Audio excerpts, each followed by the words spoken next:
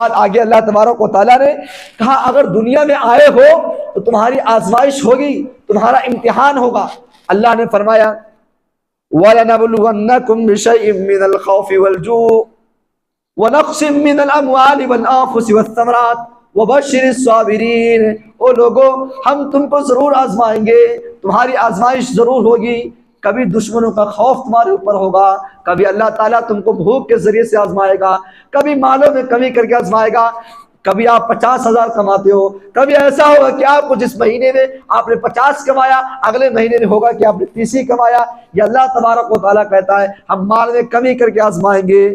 وَنَقْصٍ مِّنَ الْأَمْوَالِ وَالْأَنفُسِ وَالثَّمَرَاتِ، اور جان کے اندر کمی کر کے اور مال میں کمی کر کے آزمائیں گے۔ اس کے بعد فرمایا وَبَشِّرِ الصَّابِرِينَ، اور اس میں سب سے بہتر کام یہ کہ ان لوگوں کے لیے جو ان تمام آزمائشوں کو جھیلتے ہیں، تمام آزمائشوں میں وہ صبر کرتے ہیں، ان لوگوں کے لیے خوشخبری ہے۔ پتہ یہ چلا کہ دنیا میں آئے ہو تو آزمائش ہوگی۔ سبيل الدموع سبيل مريح الرحمن الرحیم سيقول السفهاء من الناس ما واللهم عن قبلتهم التي كانوا عليها قل لله المشرق والمغرب يهدي من يشاء الى صراط مستقیم۔ محترم سامعین، آج ہم لوگوں نے الحمدللہ دوسرے پارہ امام صاحب کے پیچھے مکمل پارہ کو ہم لوگوں نے سنا ہے۔ اس پارے کی شروعات میں اللہ تبارک و تعالی ایک بات کا ذکر کر رہا ہے، تحویل قبلہ کا۔ خانہ کعبہ، اس سے پہلے لوگ بیت المقدس کی طرف نماز پڑھتے تھے۔ بخاری کی روایت ہے کہ حضرت برا بن عازب رضی اللہ تعالیٰ عنہ کہتے ہیں کہ اللہ کے نبی صلی اللہ علیہ وسلم جب مکہ سے ہجرت کر کے مدینہ آئے، مکہ سے ہجرت کر کے اللہ کے نبی جب مدینہ آئے تو 16 یا 17 مہینہ تک اللہ کے نبی صلی اللہ علیہ وسلم بیت المقدس کی طرف نماز پڑھتے رہے اپنا چہرہ کر کے۔ لیکن اللہ کے نبی صلی اللہ علیہ وسلم کی خواہش یہ تھی، اللہ کے نبی صلی اللہ علیہ وسلم کی تمنا یہ آرزو تھا کہ اللہ تعالی ہمارا قبلہ جو ہے وہ خانہ کعبہ کی طرف کر دے۔ وہ اللہ کے نبی بار بار آسمان کی طرف اپنی نظر کو اٹھا رہے ہیں، اللہ تعالیٰ کو اپنے نبی کی یہ ادا پسند آئی اور اللہ تبارک و تعالیٰ نے قبلہ بیت المقدس سے خانہ کعبہ کی طرف کر دیا۔ اللہ کے نبی صلی اللہ علیہ وسلم اپنے صحابہ کے ساتھ سب سے پہلے خانہ کعبہ کی جو پہلی نماز پڑھی گئی ہے خانہ کعبہ کی طرف منہ کر کے، وہ عصر کی نماز تھی۔ اللہ کے نبی صلی اللہ علیہ وسلم اپنے صحابہ کے ساتھ عصر کی نماز پڑھ رہے ہیں۔ نماز کے بعد صحابہ میں سے ایک صحابی اٹھ کر اپنے محلے کی طرف جاتے ہیں اور وہاں دیکھتے ہیں کہ کچھ لوگ نماز پڑھ رہے ہیں مسجد کے اندر بیت المقدس کی طرف چہرہ کر کے۔ کہا، وہ صحابی کہتے ہیں اللہ کی قسم میں اپنے رسول کے ساتھ ابھی خانہ کعبہ کی طرف چہرہ کر کے نماز پڑھ کے آیا ہوں، اور بیت المقدس کی طرف جب وہ نماز پڑھ رہے ہیں یہ سننا تھا کہ وہ لوگ اپنے چہرے کو رکوع کی حالت میں بدلتے ہیں کس کی طرف؟ خانہ کعبہ کی طرف۔ اس کے بعد اس نے اس مسجد کا نام مسجد قبلتین پڑھا، اور وہ مسجد آج بھی مدینہ کے اندر موجود ہے۔ یہ ساری چیزیں ہونے کے بعد اس کا اعتراض ہوا۔ یہودی اعتراض کرتے ہیں، منافقین یہ اعتراض کرتے ہیں کہ مسلمانوں کی شریعت کا کوئی اندازہ ہی نہیں ہے، کبھی نماز بیت المقدس کی طرف پڑھتے ہیں تو کبھی نماز خانہ کعبہ کی طرف پڑھتے ہیں، ان کی شریعت کا کوئی بھروسہ نہیں ہے۔ تو اللہ تعالیٰ نے یہ آیت اتاری، سَيَقُولُ السُّفَهَاءُ مِنَ النَّاسِ مَا وَلَّاهُمْ عَنْ قِبْلَتِهِمُ الَّتِي كَانُوا عَلَيْهَا، کہ لوگوں میں کچھ بیوقوف لوگ، کچھ احمق لوگ، کچھ نادان لوگ یہ بات کہیں گے کہ ابھی تک تم لوگ تو بیت المقدس کی طرف نماز پڑھتے تھے، لیکن کس چیز نے تم کو اس پر ابھارا کہ تم اپنے قبلے کو بدل دو؟ تو اللہ اپنے نبی کو حکم دے رہا ہے، قُلْ لِلَّهِ الْمَشْرِقُ وَالْمَغْرِبُ يَهْدِي مَن يَشَاءُ إِلَىٰ صِرَاطٍ مُسْتَقِيمٍ، کہ اے نبی آپ کہہ دیجئے کہ مشرق کا مالک بھی اللہ ہے اور مغرب کا مالک بھی اللہ ہے، اور جس کو چاہے اللہ ہدایت دے اور جس کو چاہے اللہ ہدایت نہ دے۔ اللہ تبارک و تعالیٰ کہتا ہے یہدی من یشاء الی صراط مستقیم، اللہ ہی ہے جس کو چاہے صراط مستقیم کا ہدایت دے۔ اس کے بعد اس امت کی خاصیت کا ذکر کیا گیا، اس امت کی خصوصیت کیا ہے۔ اللہ تبارک و تعالیٰ نے فرمایا وَكَذَلِكَ جَعَلْنَاكُمْ أُمَّةً وَسَطًا لِتَكُونُوا شَهِيدًا۔ اللہ تبارک و تعالیٰ کہتا ہے نبی ہم اسی طرح جس طرح آپ کے لیے سب سے بہترین قبلہ بنایا، اے نبی جس طرح ہم نے آپ کے لیے سب سے بہترین قبلہ خانہ کعبہ بنایا ہے، اسی طرح ہم آپ کی امت کو سب سے بہترین امت قرار دیتے ہیں۔ اے نبی سب سے بہترین امت آپ کی امت ہے۔ لِتَكُونُوا شُهَدَاءَ عَلَى النَّاسِ وَيَكُونَ الرَّسُولُ شَهِيدًا عَلَيْكُمْ شَهِيدًا۔ اللہ کے نبی کو کہا جا رہا ہے اے نبی لوگوں پر آپ گواہ ہیں اور رسولوں پر لوگ گواہ ہیں۔ اس کے بعد یہ آیت جب نازل ہوئی، اس آیت کی شرح میں مفسرین لکھتے ہیں کہ قیامت کے دن حضرت نوح علیہ السلام اللہ کے بارگاہ میں جب آئیں گے تو اللہ تعالیٰ نوح سے پوچھے گا اے نوح تم نے دنیا کے اندر میری تمام باتوں کو لوگوں تک پہنچایا یا نہیں پہنچایا، تبلیغ کیا کہ نہیں کیا؟ نوح علیہ السلام اللہ تعالیٰ سے کہیں گے اے اللہ ہم نے تیری تمام باتوں کو اپنی قوم والوں تک پہنچایا، لیکن جب قوم والے اللہ کے پاس آئیں گے، نوح کے قوم اللہ کے پاس آئیں گے تو یہ قوم کہے گی جو نبی 900 سال تک تبلیغ کیا ہو اس قوم کے لوگ کہیں گے اے اللہ اس نے تو کچھ بھی نہیں کیا، تبلیغ کچھ نہیں کیا، دین کی باتیں نہیں بتایا۔ اللہ نوح سے کہے گا اے نوح تم یہ بتاؤ تمہارے پاس کوئی گواہ ہے؟ یہ تو کہہ رہے ہیں کہ آپ نے کوئی تبلیغ نہیں کی، آپ کہتے ہیں کہ ہم نے تبلیغ کی ہے، تو بتاؤ تمہارے پاس کوئی گواہ ہے؟ حضرت نوح علیہ السلام کہیں گے اے اللہ اے پروردگار عالم ہمارے پاس گواہ ہے، محمد رسول اللہ صلی اللہ علیہ وسلم اور ان کی امت گواہ ہے، یہ کسی کو یہ مقام حاصل ہے تو اس امت کو حاصل ہے، اس لیے مسلمانوں اپنے مقام کو پہچاننے کی کوشش کرو۔ اللہ تبارک و تعالیٰ نے سب سے بہترین امت قرار دیا امت محمدیہ کو۔ اس کے بعد اللہ تبارک و تعالیٰ نے فرمایا وَمَا جَعَلْنَا الْقِبْلَةَ الَّتِي كُنْتَ عَلَيْهَا إِلَّا لِنَعْلَمَ وَيَتَّبِعَ الرَّسُولَ مِمَّن يَنقَلِبُ عَلَىٰ عَقِبَيْهِ۔ یہ تحویل قبلہ ایک آزمائش ہے مسلمانوں، یہ آزمائش تھا، ایک امتحان تھا۔ یہ اللہ دیکھنا چاہتا تھا کہ قبلہ کو چینج کریں گے تو کون اپنے رسول کی بات کو مانتا ہے اور کون رسول کی بات کو جھٹلاتا ہے، یہ آزمائش تھا۔ اللہ تبارک و تعالیٰ نے جب قبلہ چینج کیا تو جو رسول کے ساتھ تھے وہ بات کو مان گئے، لیکن یہودیوں نے اللہ کے نبی صلی اللہ علیہ وسلم کی پیروی نہ کی، اسی لیے اللہ نے آزمائش کے طور پر تحویل قبلہ کا بھی ذکر کیا کہ ایک آزمائش تھا جو ہم نے کیا۔ اس کے بعد اللہ فرماتا ہے وَإِن كَانَتْ لَكَبِيرَةً إِلَّا عَلَى الَّذِينَ هَدَى اللَّهُ، بے شک یہ کام بہت مشکل تھا لیکن ان لوگوں کے لیے آسان ہے جس کو اللہ ہدایت دے دیا ہو۔ اس کے بعد ایک مسئلہ یہ سمجھ میں آتا ہے وَمَا كَانَ اللَّهُ لِيُضِيعَ إِيمَانَكُمْ، اس سے پہلے جو صحابہ 16 اور 17 مہینہ تک بیت المقدس کی طرف نماز پڑھے تھے ان میں سے کسی کا انتقال بھی ہوا ہوگا، کیا اللہ تعالیٰ ان کی نماز کو قبول کرے گا یا نہیں کرے گا؟ اب تو خانہ کعبہ کی طرف قبلہ ہو گیا، لیکن اس سے پہلے جو 16 اور 17 مہینہ تک بیت المقدس کی طرف نماز پڑھی گئی تو کیا وہ عبادت قبول ہوگی یا نہیں ہوگی؟ اللہ اس کو کہہ رہا ہے میرے صحابہ ڈرو مت، تمہارے ایمان کو ہم ضائع نہیں کریں گے۔ یہاں اللہ نے نماز کو ایمان کہہ دیا ہے کہ صحابہ جو 16-17 مہینے تک اللہ رب العالمین کی عبادت کیے اور ان میں سے کسی کا انتقال ہوا تو ہم ان کی عبادت کو ضائع نہیں کریں گے، ان کی نماز کو برباد نہیں کریں گے۔ یہ اللہ تبارک و تعالیٰ کا اپنے بندوں سے وعدہ ہے۔ پتہ یہ چلا کہ اگر بندہ اللہ تعالیٰ کی عبادت نیت کے ساتھ کرتا ہے، خلوص و نیت اس کے اندر ہے، تو اللہ تعالیٰ اس کے نیکی کو برباد نہیں کرے گا۔ اس کے بعد اللہ تبارک و تعالیٰ نے اپنی یاد کو ذکر کیا کہ جو لوگ اللہ تعالیٰ کو یاد کرتے ہیں اللہ تعالیٰ اس کو بھی یاد کرتا ہے، جو لوگ اللہ کو یاد کرتے ہیں اللہ اس کو یاد کرتا ہے۔ فَاذْكُرُونِي أَذْكُرْكُمْ، اللہ کہہ رہا ہے کہ مجھے یاد کرو گے تو میں تم کو یاد کروں گا، اور اللہ کا جب شکر ادا کرو گے تو اللہ تبارک و تعالیٰ تم کو مزید دے گا۔ لیکن اگر اللہ کو یاد نہیں کرو گے، اللہ کا ذکر نہیں کرو گے، اللہ کا شکر نہیں کرو گے تو اللہ رب العالمین کہتا ہے وَلَا تَكْفُرُونَ، اگر تم نافرمانی کرو گے تو یہ کفری عمل ہے۔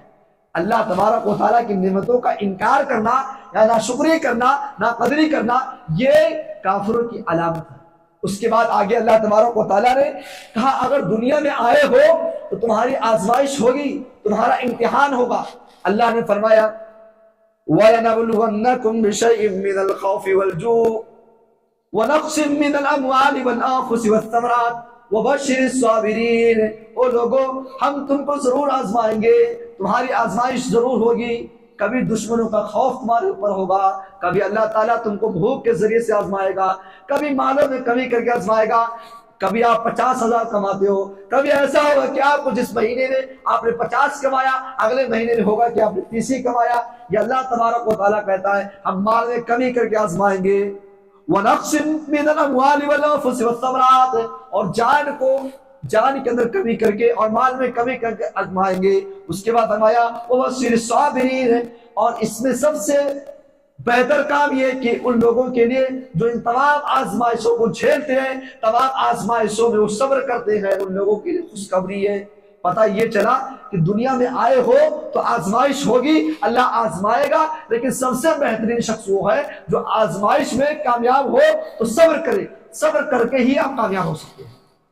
اس کے بعد اللہ فرماتا ہے الذین اذا اصابتهم مصیبت آئے گی آپ کے اوپر، پریشانی آئے گی آپ کے اوپر، لیکن جو پریشانی میں پہنچنے کے بعد پریشانی اس کے پاس آئی اور اگر وہ یہ جملہ کہتا ہے انا للہ و انا الیہ راجعون کہ ہم اللہ کے ہیں اور اللہ کی طرف لوٹنے والے ہیں، تو اللہ تبارک و تعالیٰ اس کے لیے بہت ہی فضیلتوں کا مقام رکھا ہے۔ خود اللہ کے نبی صلی اللہ علیہ وسلم کے زمانے میں حضرت ابو سلمہ رضی اللہ تعالیٰ عنہ کا واقعہ ملتا ہے کہ ایک مرتبہ اللہ کے نبی صلی اللہ علیہ وسلم کے پاس سے ایک حدیث سن کر آتے ہیں۔ ام سلمہ ان کی بیوی ہے، وہ کہتی ہے کہ میرے شوہر ایک دن اللہ کے نبی صلی اللہ علیہ وسلم کے پاس سے آتے ہیں اور کہتے ہیں کہ اے میری جوزا، اے میری شریک حیات، میں آج اللہ کے نبی کی زبان سے ایسی دعا سنی ہے، ایسی حدیث سنی ہے کہ یہ بڑی کام کی چیز ہے۔ وہ دعا کیا تھی؟ اللہم اجرنی فی مصیبتی واخلف لی خیرا منہا۔ یہ دعا سننا تھا۔ ام سلمہ کہتے کہ میرے شوہر کی زبان سے میں سنی کہ اللہ کے نبی نے آپ کو بتایا ہے، میں اس دعا کو یاد کر لی، اور جب آپ کا انتقال ہو گیا، ابو سلمہ کا جب انتقال ہو گیا، ام سلمہ کہتی ہیں کہ میں انا للہ و انا الیہ راجعون کے بعد یہ دعا پڑھتی ہوں، لیکن مجھے ڈر ہے، مجھے خوف ہے، مجھے نہیں لگتا تھا کہ ابو سلمہ سے اچھا کوئی شوہر ملے گا، لیکن اس دعا کا نتیجہ یہ ہوا کہ عدت گزرنے کے بعد خود آفر آ رہا، نبی کا آفر آ رہا ہے، اللہ کے نبی خود چل کر آ رہے ہیں، کسی کو پیغام نہیں دے رہے ہیں کہ جاؤ تم ام سلمہ کے پاس، نہیں، بلکہ خود ام سلمہ کے پاس اللہ کے نبی صلی اللہ علیہ وسلم آتے ہیں اور کہتے ہیں کہ اے ام سلمہ میں آپ سے نکاح کرنا چاہتا ہوں۔ ام سلمہ کہتی ہے اے اللہ کے نبی 3 کمی میرے اندر ہے۔ کیا ہے؟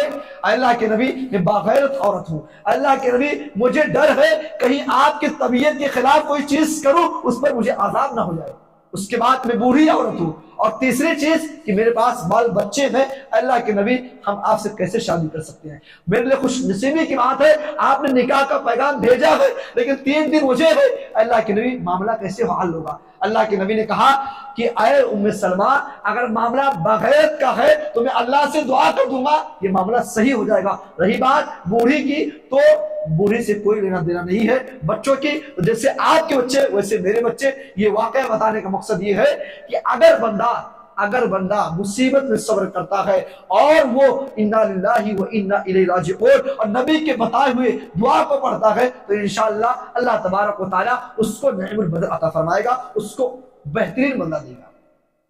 اسی لیے دنیا میں آئے ہو تو آزمائش ہوگی، آزمائش میں واویلا مت مچانا، آزمائش میں اپنے غریبان کو چاٹنا مت، اپنے آپ کو، اپنے چہرے کو، اپنے کپڑے کو پھاڑنا مت، بلکہ صبر کرنا، اور مانگنا تو صرف اللہ رب العالمین سے مانگنا۔ قرآن کی آیت ہمیں یہی بتاتی ہے۔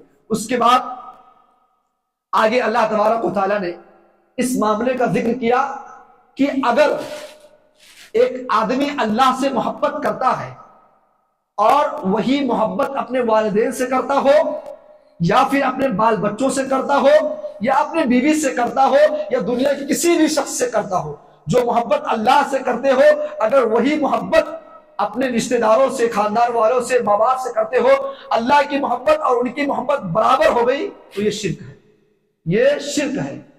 یاد رکھیے دنیا کے اندر اگر کسی کی محبت صحیح ہے تو وہ اللہ کی محبت صحیح ہے۔ ہاں، دنیا کے اندر آپ کا باپ آپ کو دھوکہ دے سکتا ہے، آپ کی ماں آپ کو دھوکہ دے سکتی ہے، آپ کا بچہ آپ کو دھوکہ دے سکتا ہے، آپ کی بیوی آپ کو دھوکہ دے سکتی ہے، لیکن اللہ کی محبت، اللہ جس سے محبت کر لے اللہ اس کو دھوکہ نہیں دے سکتا ہے۔ اسی لیے اللہ نے فرمایا تتجافى جنوبهم عن المضاجع، کہ وہ لوگ اللہ کے نیک بندے ہیں جو راتوں میں اپنے بستروں کو چھوڑ کر کے، اپنے آرام کو چھوڑ کر کے تہجد کی نماز پڑھتے ہیں۔ کیوں؟ اللہ ان سے محبت کرنے لگے۔ اس لیے اللہ تبارک و تعالیٰ کہتا ہے کہ اگر کوئی آدمی اللہ کی محبت سے اور دوسرے کی محبت کو ملا دے تو یہ شرک ہے۔ اللہ فرماتا ہے وَمِنَ النَّاسِ مَن يَتَّخِذُ مِن دُونِ اللَّهِ أَندَادًا يُحِبُّونَهُمْ كَحُبِّ اللَّهِ وَالَّذِينَ آمَنُوا أَشَدُّ حُبًّا لِلَّهِ، کہ لوگوں میں کچھ ایسے لوگ بھی ہیں جو معبود بناتے ہیں اور ان سے ایسی محبت کرتے ہیں جیسے کہ اللہ سے محبت کیا جاتا ہے۔ اگر دنیا کے اندر کوئی آدمی اللہ کے جیسے کسی اور سے محبت کرتا ہے تو یاد رکھیے یہ شرک ہے۔ اور ایمان والوں کا اللہ نے ذکر کیا والذین آمنوا اشد حبا للہ، جو لوگ ایمان لائے ہیں ان کا ایمان اللہ کے ساتھ بہت سخت ہے۔ وہ دنیا والوں کے ایمان پر، وہ دنیا والوں کی طرح جس طرح وہ اللہ سے محبت کرتے ہیں وہ دنیا کے لوگوں سے محبت نہیں کرتے ہیں۔ ان کے لیے اللہ کی محبت ہی سب کچھ ہے، اس لیے محبت کیا جائے تو اللہ سے جیسے کہ محبت کرنے کا حق ہے۔ اس لیے اللہ تبارک و تعالیٰ نے آگے فرمایا وَلَوْ يَرَى الَّذِينَ ظَلَمُوا، جو لوگ یہ کام کرتے ہیں، معبودوں کے ساتھ محبت کرتے ہیں اور اللہ سے بھی ویسے محبت کرتے ہیں، اگر یہ لوگ اللہ کے عذاب کو دیکھ لے تو یہ کام ہرگز نہ کرے۔ اس لیے شرک سے ہمیں بچنا چاہیے۔ قرآن کی آیت ہمیں یہ بتاتی ہے کہ شرک سے بھی ہمیں محفوظ رہنا چاہیے۔ اس کے بعد شیطان کا ایک چال اللہ تبارک و تعالیٰ نے ذکر کیا۔ وہ چال کیا ہے کہ آپ کو حرام کمائی کی طرف لے کر جائے گا۔ شیطان کا ایک اسٹیپ یہ ہے، شیطان کا ایک چال یہ ہے، ایک مشن یہ ہے کہ اللہ کے نیک بندوں کو حرام کمائی کی طرف لایا جائے۔ اسی لیے اللہ تبارک و تعالیٰ نے فرمایا یا ایھا الناس کلوا مما فی الارض حلالا طیبا، اے لوگو اللہ رب العالمین نے آپ کو زمین میں جو روزی دی ہے، حلال روزی جو دی ہے، پاکیزہ روزی جو دی ہے اسی میں سے کھاؤ۔ وَلَا تَتَّبِعُوا خُطُوَاتِ الشَّيْطَانِ، اور شیطان کی پیروی نہ کرو، شیطان کے پیچھے نہ چلو۔ پتہ یہ چلا جو حرام کمائی کماتا ہے، جو حرام کھاتا ہے، جو سود کھاتا ہے، جو حلال طریقے کو چھوڑ دیتا ہے اور حرام طریقے کے پیچھے پڑتا ہے، یہ شیطان کا کام ہے۔ گویا کہ وہ شیطان کی پیروی کرتا ہے۔ اللہ رب العالمین فرماتا ہے وَلَا تَتَّبِعُوا خُطُوَاتِ الشَّيْطَانِ، اگر تم مسلمان ہو، اگر تم ایمان کے دعوے دار ہو تو وَلَا تَتَّبِعُوا خُطُوَاتِ الشَّيْطَانِ، شیطان کی اتباع مت کرنا، شیطان کی پیروی نہ کرنا، کیونکہ شیطان تمہارا کھلا ہوا دشمن ہے۔ پتہ یہ چلا قرآن کی آیت کہتی ہے کہ ہمیں حرام کمائی سے بچنا چاہیے۔ ہم نے تراویح میں امام کے پیچھے قرآن کی آیت سنی، یہ بتاتا قرآن کا یہ آیت ہمیں یہ پیغام دیتا ہے کہ ہمیں حرام کمائی سے دور رہنا چاہیے، حرام کمائی کے پیچھے نہیں پڑنا چاہیے۔ یہ شیطان کا عمل ہے، شیطان کا کام ہے، شیطان آپ کو اس کی طرف بڑھائے گا۔ اس کے بعد قصاص کا ذکر کیا گیا۔ اسلام کے اندر قصاص، اللہ تبارک و تعالیٰ کہتا ہے یا ایھا الذین آمنوا کتب علیکم القصاص فی القتلی الحر بالحر والعبد بالعبد والانثى بالانثى فمن عفي له من اخيه شيء فاتباع بالمعروف واداء الیہ باحسان۔ اللہ تبارک و تعالیٰ جو لوگ ایمان لائے ہیں ان سے خطاب کر رہا ہے کہ اے لوگوں جو ایمان لائے ہو، کتب علیکم القصاص بالقتلی، تمہارے اوپر قصاص کو فرض کر دیا گیا ہے۔ اسلام کے اندر کوئی آدمی اگر کسی کو قتل کرتا ہے تو انصاف تو یہ ہے، عدل تو یہ کہ جو قاتل ہے اس کو بھی قتل کیا جائے۔ الحر بالحر، اگر ایک آزاد آدمی کسی آزاد آدمی کو قتل کرتا ہے تو آزاد کو قتل کیا جائے گا۔ اور اس کے بعد اگر کوئی غلام قتل کرتا ہے تو غلام کے بدلے غلام کو قتل کیا جائے گا۔ اگر عورت کسی کو قتل کرتی ہے تو پھر عورت کو قتل کیا جائے گا۔ اس آیت کے شان نزول میں مفسرین لکھتے ہیں، اس آیت کے شان نزول میں مفسرین لکھتے ہیں کہ دو قبیلے تھے، بنو قریظہ اور بنو نذیر، ان دونوں کے درمیان لڑائی ہوئی، جنگ ہوئی، اور بنو نذیر جو تھی یہ غالب آ گئے بنو قریظہ پر۔ لیکن معاملہ یہ ہوا جب بنو نذیر جیت گئے تو یہ دستور، یہ قانون لکھا گیا کہ اب بنو نذیر کا کوئی آدمی بنو قریظہ کے آدمی کو قتل کرے گا تو پھر بنو نذیر کے آدمی کو قتل نہیں کیا جائے گا۔ بنو نذیر جیتے تھے تو ان کا کوئی آدمی بنو قریظہ کے آدمی کو قتل کرتا ہے تو پھر بنو نذیر کے قاتل کو قتل نہیں کیا جائے گا، بلکہ دیت دی جائے گی، معاوضہ دیا جائے گا 100 وسق کھجور۔ لیکن اگر بنو قریظہ جو لوگ ہار گئے تھے، اگر ان کا کوئی آدمی بنو نذیر کے آدمی کو قتل کرتا ہے تو پھر معاملہ یہ ہوگا کہ بنو نذیر کے آدمی کو قتل کیا جائے گا۔ معاملہ تو الٹا، بالکل ناانصافی ہے، تم قتل کرو تو دیت دو، اور یہ قتل کرے تو پھر ان کو قتل نہ کیا جائے، ان کے بدلے دیت دیا جائے۔ تمہارے آدمی اگر کسی کو قتل کرتے ہیں تو یہ تو بالکل ناانصافی معاملہ تھا۔ اسی لیے اللہ تبارک و تعالیٰ نے کہا کہ نہیں، انصاف کے ساتھ فیصلہ کرو، مساوی ضروری ہے، برابری ضروری ہے۔ اگر بنو قریظہ کا کوئی آدمی بنو نذیر کے آدمی کو قتل کرتا ہے تو ضروری ہے کہ انصاف ہو، برابر ہو۔ یہ نہیں کہ تم جیتے ہو تو تمہارا سب کچھ چلے گا اور یہ ہارے تو ان کا سب کچھ گھٹے گا، نہیں، بلکہ معاملہ صاف ہونا چاہیے۔ اگر کسی نے قتل کیا ہے، آزاد قتل کیا ہے، تو پھر آزاد کے بدلے آزاد کو قتل کیا جائے گا۔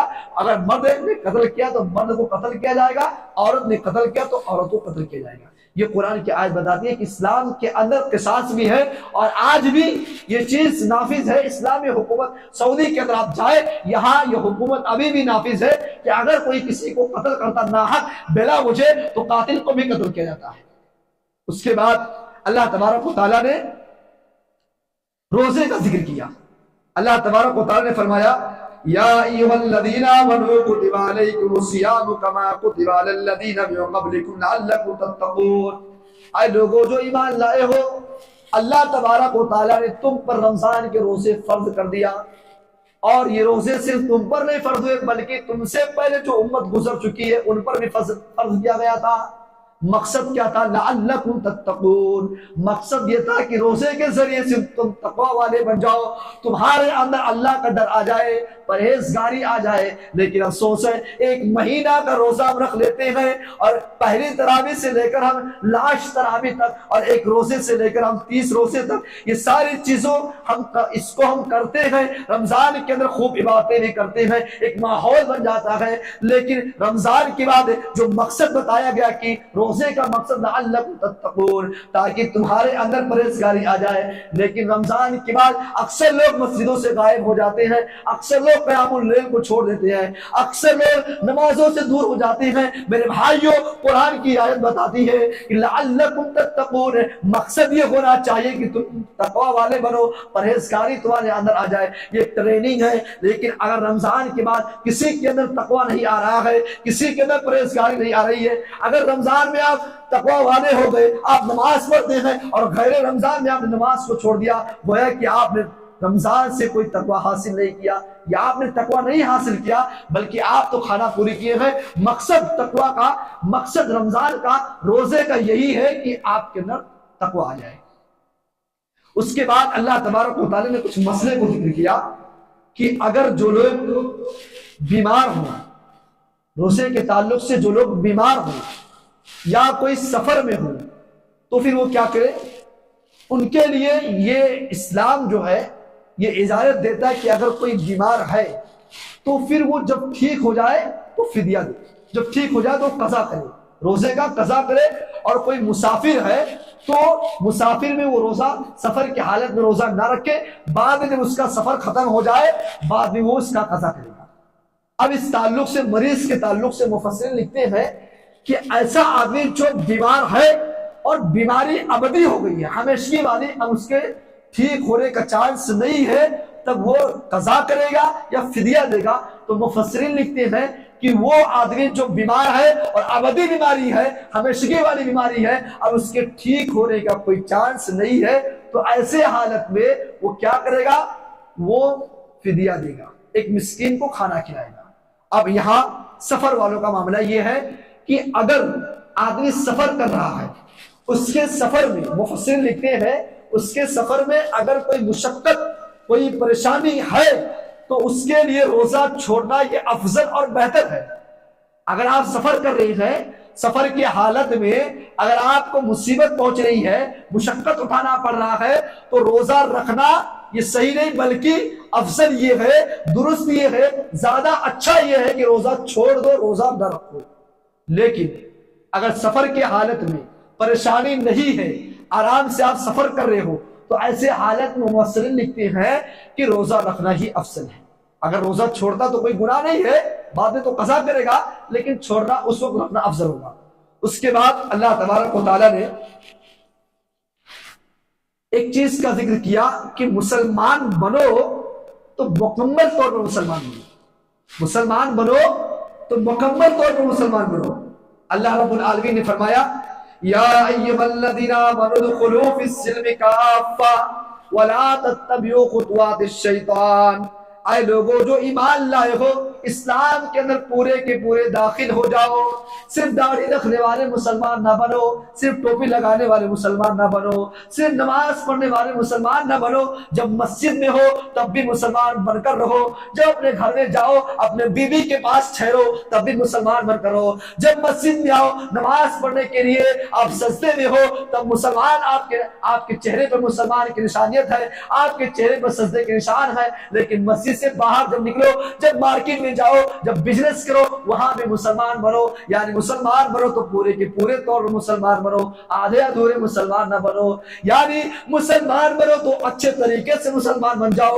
اگر کوئی آدمی آدھے ادھورے کا مسلمان بن رہا ہے تو یہ اس کا کام نہیں بلکہ شیطان کا عمل ہے۔ وَلَا تَتَّبِعُوا خُطُوَاتِ الشَّيْطَانِ، یہ تو شیطان کا عمل ہے۔ جو لوگ نماز تو پڑھتے ہیں لیکن ان کا معاملہ بیوی کے ساتھ اچھا نہیں ہے، جو لوگ نماز تو پڑھتے ہیں لیکن مارکیٹ میں جا کر لوگوں کو دھوکہ دیتے ہیں، بزنس کرتے ہیں، جھوٹ بولتے ہیں، ایسے لوگ مکمل مسلمان نہیں، مکمل مومن نہیں۔ اسلام یہ اجازت دیتا ہے، اسلام یہ حکم دیتا ہے کہ مسلمان بنو تو مکمل طور پر مسلمان بنو۔ یہ قرآن کی آیت بتاتی ہے کہ مسلمان بننا ہو تو اچھے طریقے سے بنو، آدھے ادھورے والے مسلمان نہ بنو۔ ورنہ آپ کو دنیا کے اندر بہت سارے ایسے ملیں گے جو ٹوپی لگائے رہتے ہیں، جو داڑھی رکھے ہوئے لیکن نماز روزے حج سے اسے کوئی مطلب نہیں ہے، وہ بھی مسلمان ہے۔ اللہ وہی کہہ رہا ہے کہ لوگوں مسلمان بنو تو اچھے طریقے سے، صحیح طریقے سے پورے کے پورے اسلام کے اندر داخل ہو جاؤ۔ اس کے بعد حیض کا ذکر کیا جا رہا ہے۔ اگر میری مائیں میری آواز کو سن رہی ہیں، اسلام نے ان کو جو مقام دیا ہے کسی اور مذہب میں عورتوں کو مقام حاصل نہیں ہے۔ آپ دیکھیں زمانے جاہلیت کے اندر عورتوں کو زندہ دفن کیا جاتا تھا۔ دور جاہلیت میں عورتوں کے ساتھ یہ سلوک ہوتا تھا جب عورت حیض کی حالت میں ہوتی تھی۔ عورت جب حیض کی حالت میں ہوتی تھی تو ان کا شوہر کیا کرتا تھا، ان کے ساتھ اٹھتا بیٹھتا نہیں تھا۔ ان کا شوہر ان کے بنائے ہوئے ہاتھ سے، جو ہاتھ سے بناتی تھی کھانا، شوہر ان کے بنائے ہوئے ہاتھ کا کھانا نہیں کھاتا تھا، ان کو اپنے بستروں سے الگ رکھتا تھا، ان کو چھوتا نہیں تھا، ان کے قریب نہیں جاتا تھا، بالکل نفرت کرتا تھا۔ یہ زمانے جاہلیت کی بات ہے، جب عورت حیض کی حالت میں آتی تھی، جب عورت حیض میں ہو جاتی تھی، یہ معاملہ تھا۔ اللہ نے اس بیماری کو دور کیا، فرمایا وَيَسْأَلُونَكَ عَنِ الْمَحِيضِ، اے نبی یہ لوگ آپ سے حیض کے بارے میں سوال کرتے ہیں۔ قُلْ هُوَ أَذًى، اے نبی آپ کہہ دیجئے کہ حیض کا جو خون ہے یہ گندا خون ہے، عورت خود گندی نہیں ہے بلکہ خون گندا ہے۔ فَاعْتَزِلُوا النِّسَاءَ فِي الْمَحِيضِ، اے نبی جب عورتیں حیض کی حالت میں ہو جائے تو مردوں کو کہہ دو وَلَا تَقْرَبُوهُنَّ، ان کے قریب نہ جائے، یعنی عورتوں سے ہم بستری نہ کریں۔ حیض کی حالت میں اپنی بیویوں سے ہم بستری صرف نہ کیا جائے، اور اس کے علاوہ آپ ہر کام کر سکتے ہیں، آپ بوسہ لے سکتے ہیں، آپ جو ہے اپنے جسم سے اپنے بیوی کو چپکا بھی سکتے ہیں، اسی طریقے سے آپ حیض کی حالت میں بیوی کے بنائے ہوئے ہاتھ کا کھانا بھی کھا سکتے ہیں، ہر عمل کر سکتے ہیں۔ وَلَا تَقْرَبُوهُنَّ، صرف اور صرف ہم بستری نہیں کر سکتے ہیں۔ ہاں جب وہ بیوی پاک ہو جائے آپ ان کے ساتھ جائیے جس طرح اللہ نے آپ کو حکم دیا ہے۔ اس کے بعد اللہ نے طلاق کا بھی ذکر کیا۔ طلاق کے معاملے کو بھی اللہ تبارک و تعالیٰ نے ذکر کیا کہ طلاق کا جو معاملہ ہے، طلاق دو مرتبہ ہے۔ الطلاق مرتان، طلاق دو مرتبہ ہے۔ آج دنیا کے اندر ہم کیا کرتے ہیں، بیوی پر غصہ ہوتے طلاق طلاق طلاق، یہ ہم نے اسلام کا مذاق اڑا دیا ہے۔ اسلام میں طلاق طلاق طلاق کا لفظ نہیں ہے۔ اگر کوئی آدمی اپنے بیوی کو طلاق دینا چاہتا ہے، ایک طلاق دے گا، اگر عدت سے پہلے وہ رجوع کر لیتا ہے تو اسلام اجازت دیتا ہے، لیکن اگر 3 طلاق کو پار کر گیا پھر وہ اس کے لیے جائز نہیں، عورت بیوی پھر اس کے لیے جائز نہیں ہے۔ ہاں یہاں جو مسئلہ ہے ایک آدمی ایک بارگی میں 3 طلاق دے دیتا ہے. بہت سارے ایسے نوجوان ہیں جو کم پڑھے لکھے ہیں, بیچارے جو ہے اسکول کا رخ نہیں دیکھے ہیں, مدرسے کا رخ نہیں دیتے ہیں, شادی ہوئی غصے ہوئے فوراً طلاق طلاق طلاق کا لفظ کرتے ہیں. میرے بھائیوں یہ تو طریقہ غلط ہے, لیکن یہ طریقہ اگر ایک آدمی ایک ساتھ سے ایک مرتبہ ایک ساتھ 3 طلاق دے دیتا ہے, مسئلے میں اختلاف تو ہے لیکن راجح قول یہ ہے کہ یہ صرف 1 طلاق شمار ہوگا. کیوں؟ اللہ کے نبی صلی اللہ علیہ وسلم کے دور میں, اللہ کے نبی کے دور میں یہ معاملہ ہوا. اللہ کے نبی صلی اللہ علیہ وسلم کے دور میں 3 طلاق ایک بارگی اگر کوئی آدمی 3 طلاق دیتا تھا تو اس کو 1 شمار کیا جاتا تھا. ابو بکر کا زمانہ آیا, وہاں بھی 1 ہی شمار کیا گیا. عمر فاروق رضی اللہ تعالیٰ عنہ کا زمانہ آیا, 2 سال تک یہ ایسے معاملہ رہا. لیکن عمر کے زمانے میں 2 سال کے بعد جب معاملہ یہ ہوا کہ لوگ بہت سادہ یہ کام کرنے لگے, بیویوں کو جلدی جلدی طلاق دینے لگے, تو عمر فاروق رضی اللہ تعالیٰ عنہ نے ان پر سختی کرتے ہوئے کہہ دیا کہ اب کوئی آدمی اگر ایک ساتھ میں 3 طلاق دیتا ہے تو وہ طلاق واقع ہو جائے گا. لیکن راجح قول یہ ہے کہ طلاق واقع نہیں ہوگا. عورت کی عدت کیا ہے؟ 2 طرح سے. جو عورت مطلقہ ہے, جن عورت کا طلاق ہو گیا ہے, شوہروں نے طلاق دے دیا ہے, وہ 3 طرح کی ہے. اگر ان کے پیٹ میں بچہ ہے, حاملہ عورت ہے, تو بچہ جنم دے گی, یہی عدت ہے. جب تک بچہ جنم نہیں دے رہی ہے, بچہ نہیں پیدا کر رہی ہے, جب تک ان کا عدت مکمل نہیں ہو رہا ہے. بچہ پیدا ہو گیا اس وقت تک ان کی عدت ہے. اس کے بعد اگر جو عورت, جس عورت کا حیض صحیح طریقے سے ٹائم پر آتا ہے, ان کا عدت 3 حیض تک ہے. اور ایک ایسی بھی عورت جن کا حیض, جن کا ایام صحیح طریقے سے نہیں آتا ہے, تو پھر وہ 3 مہینہ تک ان کا عدت ہے. اس کے بعد وہ عورت جن کا شوہر انتقال ہو گیا ہے, ان کی عدت کیا ہے؟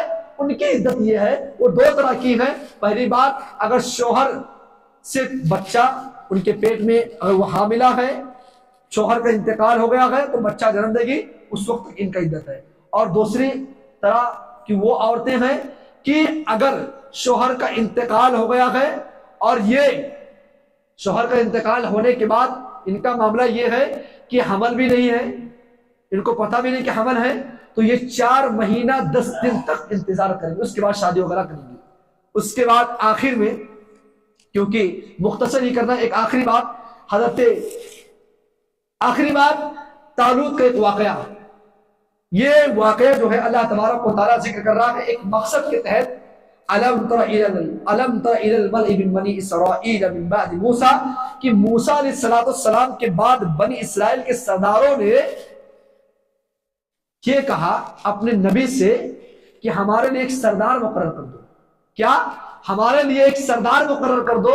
کیوں سردار مقرر کر دو؟ تاکہ ہم اللہ تبارک و تعالیٰ کے راستے میں ایک بادشاہ مقرر کر دو, تاکہ اس کی بات مانے اور اللہ کے راستے میں ہم کیا کریں؟ جہاد کریں. لیکن اللہ کے اس نبی کو, حضرت شیس علیہ السلام کو پتا تھا کہ یہ لوگ کھڑے نہیں اتریں گے. یہ لوگ کہتے تو ہیں کہ بادشاہ بنا دو, لیکن یہ اپنے بات میں پکے نہیں اتریں گے, اپنے وعدے کو پورا نہیں کر پائیں گے. وہ جانتے تھے, اسی لیے انہوں نے کہا کہ ایک بار پھر سے سوچ لو کہ اگر ہم یہ معاملہ کر دیں گے, بادشاہ بنا دیں گے, تو کیا تم اپنے وعدے کو پورا کرو گے؟ ان لوگوں نے کہا ہم پورا کریں گے. اس کے بعد حضرت شیس علیہ السلام نے حضرت لوط کو بنی اسرائیل کے سرداروں کا بادشاہ بنا دیا. اب جب بادشاہ بنا دیا تو ان لوگوں میں سے کچھ لوگوں نے اعتراض کیا. اعتراض کیا کیا؟ کہ جس آدمی کو آپ نے بادشاہ بنایا ہے, آئے نبی آپ نے جس آدمی کو بادشاہ بنایا ہے وہ تو ایک غریب انسان ہے, وَلَمْ يُؤْتَ سَعَةً مِّنَ الْمَالِ, اور اس کے پاس کوئی مال نہیں ہے. وہ تو ایک غریب خاندان سے تعلق رکھتا ہے, اس کے پاس کوئی مال نہیں ہے.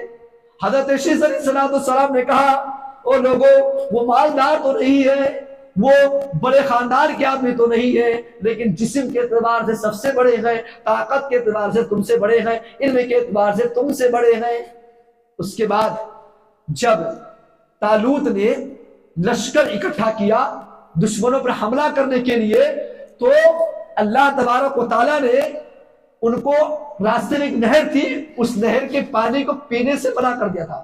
سخت گرمی تھی, پیاس لگی تھی, پھر بھی اللہ نے ان کو منع کیا تھا کہ نہیں, فَمَنْ شَرِبَ مِنْهُ فَلَيْسَ مِنِّي, جس نے اس پانی کو پی لیا وہ ہم میں سے نہیں ہوگا، اور وَمَلَّمْ اور جو شخص یطعمہ اس کو چکھ لیا، اس کو نہیں چکھا، فإنہ منی وہ ہم میں سے ہوگا، یعنی جو پانی کو پیا وہ ہم میں سے نہیں ہوگا، جو پانی کو نہیں چکھا، پانی کو نہیں پیا، وہ ہم میں سے ہوگا۔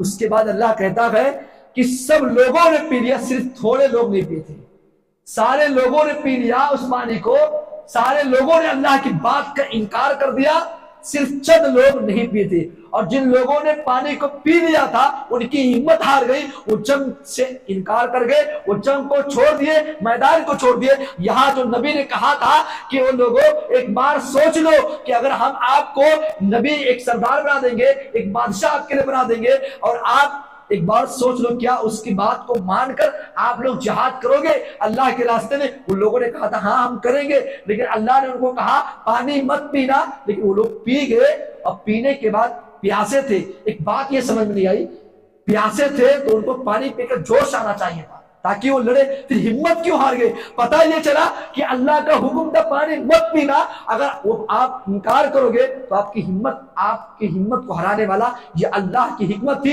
کہ اللہ نے آپ کی ہمت کو پسند کر دیا، اور وہ لوگ جو پانی نہیں پیے تھے وہ ڈٹے رہے، اللہ نے ان کا امتحان لیا۔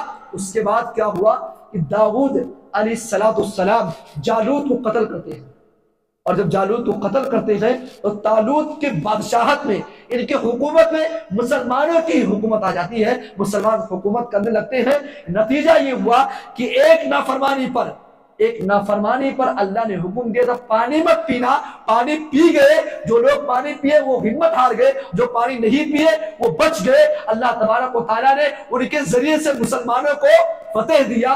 چند لوگ نہیں پانی پیے تھے، لیکن ہمت اتنی آ گئی کہ سارے دشمنوں پر یہ حاوی ہو گئے۔ میرے بھائیوں، پتا چلا، نتیجہ اس کا یہ نکلا۔ واقعہ بتانے کا مقصد یہ ہے کہ اگر دنیا کے اندر آدمی اپنے رب کی باتوں کو فالو کرتا ہے، اپنے رب کی بات کو مانتا ہے، اللہ اس کی مدد ضرور کرے گا اور اللہ اس کو کامیاب ضرور کرے گا۔ آج کے پورے خلاصے میں یہ بات ثابت ہوئی، ہمیں اللہ رب العالمین کے حکم کی تابعداری کرنا چاہیے اور نبی کے حکم کی تابعداری کرنا چاہیے، کیونکہ دنیا کی زندگی میں آزمائشیں ہوئی ہیں، اور آزمائشوں کا مطلب یہی ہے کہ آپ دنیا میں آئے ہو تو آپ کے ایمان کا امتحان ہوگا۔ اللہ رب العالمین سے دعا ہے کہ اللہ تبارک و تعالی ہم سب کو کامیاب بنائے، اللہ تبارک و تعالی ہمیں اپنا اطاعت گزار بندہ بنائے، آمین۔ اللہ تبارک و تعالی ہمارے حاضر کو قبول فرمائے، آمین۔ وآخر دعوانا ان الحمد للہ رب العالمین۔ السلام علیکم ورحمۃ اللہ وبرکاتہ۔